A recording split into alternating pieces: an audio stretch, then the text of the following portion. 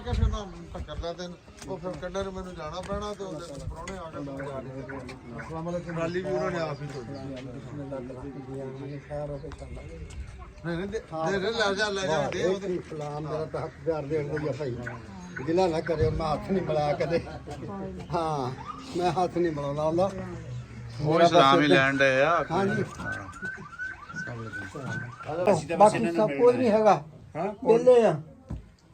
ਹਾਂ ਅਜੇ ਮੈਨੂੰ ਤਕਰੀਬਨ ਅੱਧਾ ਪੌਣਾ ਘੰਟਾ ਹੋਇਆ ਉੱਥੋਂ ਆਏ ਨੂੰ ਉਹਨੂੰ ਹੋ ਗਿਆ ਅਟੈਕ ਮੇਰਾ ਦੋਸਤ ਆ ਜੀ ਅੱਛਾ ਤੇ ਰਾਤੀ ਉਹਦਾ ਫੋਨ ਆਇਆ ਤੇ ਰੋਂਦਾ ਸੀ